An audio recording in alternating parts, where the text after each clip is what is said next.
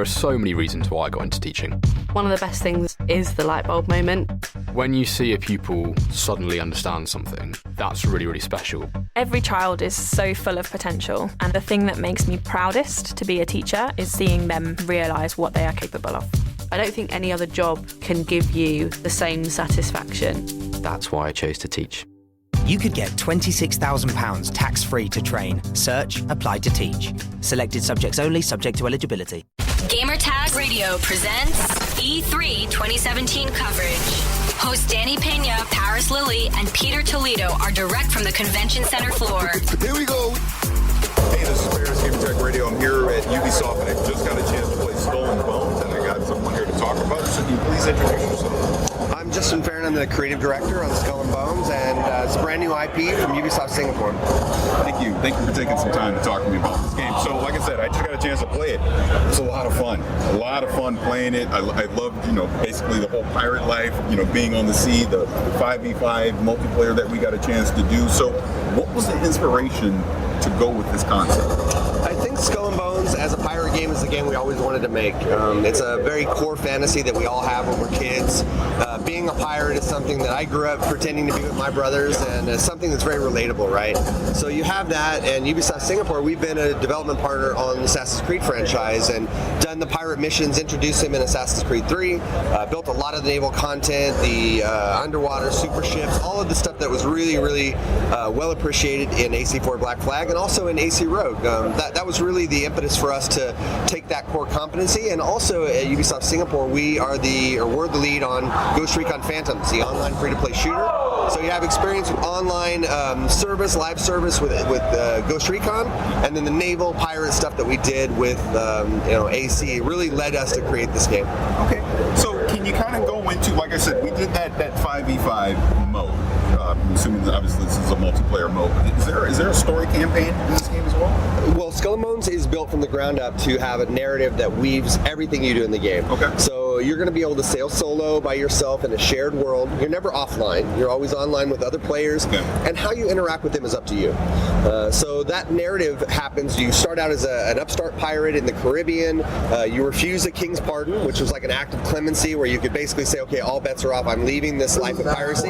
You head to Madagascar and you head to the Indian Ocean where you're hearing rumors of untold riches. And when you arrive, you're not the only one there. You're at the bottom of the food chain. You have to fight your way up to the top in PvE and PvP. You're going to meet historical and historically inspired pirates. We call them the kingpins. And you're going to have to take over the trade routes that they control. And that's really your journey. So we have a story. It's something that's not separate or a side element to our game that once you finish you never go back to. We'll build on it as a live service, but it's something that you're going to help shape as a player. Oh, that's fantastic. I'm really looking forward to that. So there were different types of ships when we were doing the 5v5, so you can kind of talk about those. Our ships are based on traditional RPG archetypes.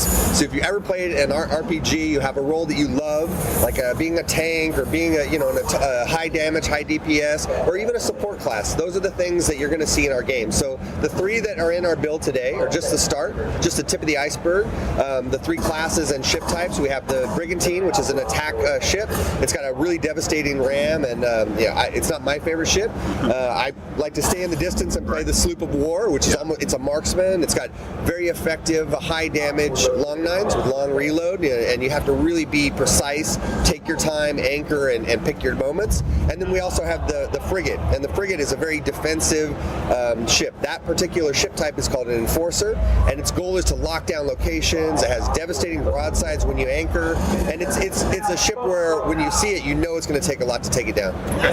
So again, going back to when we were playing earlier, I was loving the mechanic of you have to change your sail, you have to trim it back, it's turn faster, you have to calculate for the wind, you had your primary weapon, your secondary weapon when you're getting with a variety of ships, and also that boarding mechanic when you're actually got a ship at low health.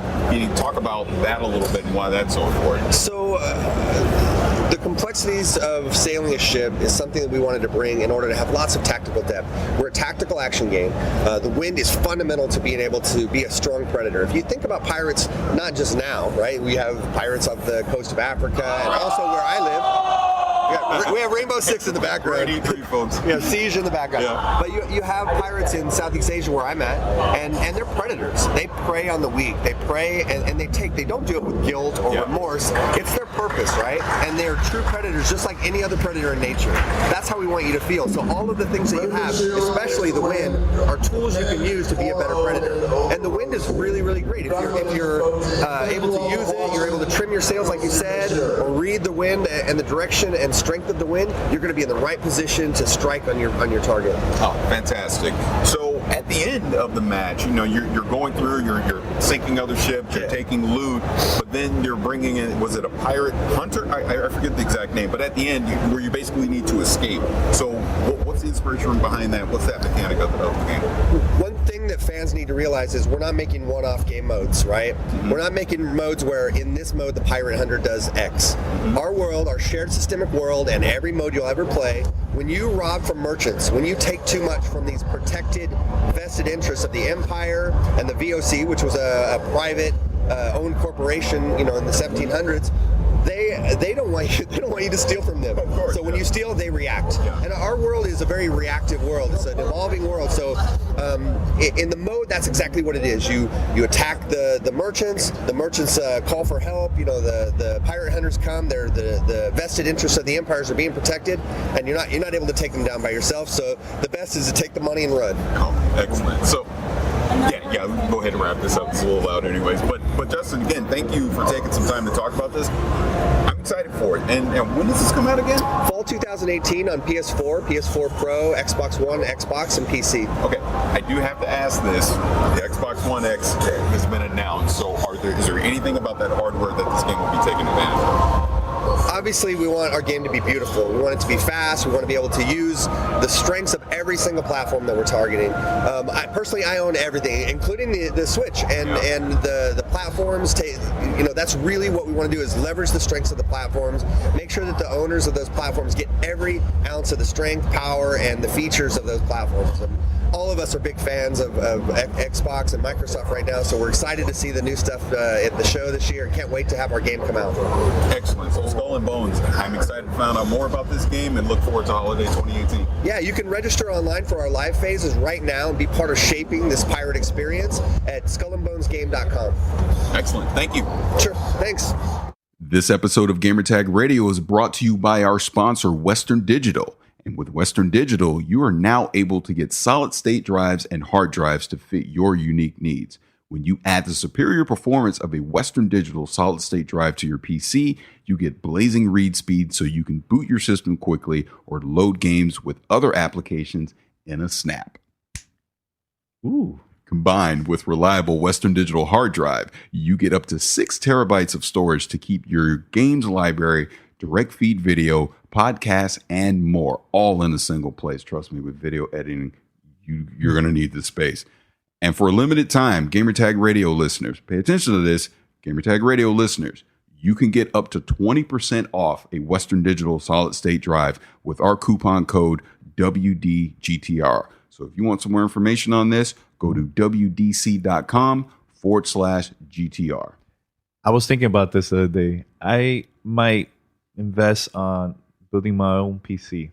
I've been thinking of that for a while now. Not only because to play games, but also I want to start testing the waters. Because I've been using my MacBook for a while, but now let me go with the PC. Not only play games, but also maybe edit videos and everything. So Parris, to you, why do you think I need this for my PC once I build this? The solid state drive, you're going to need that for gaming because, again, it's going to load everything a lot quicker. Mm-hmm. You're going to get access to what you need a lot quicker, be it games or applications. Like you said, you want to start video editing, having the actual application on the solid state drive, it's going to pull up Adobe Premiere or Final Cut, whatever you're using in a snap.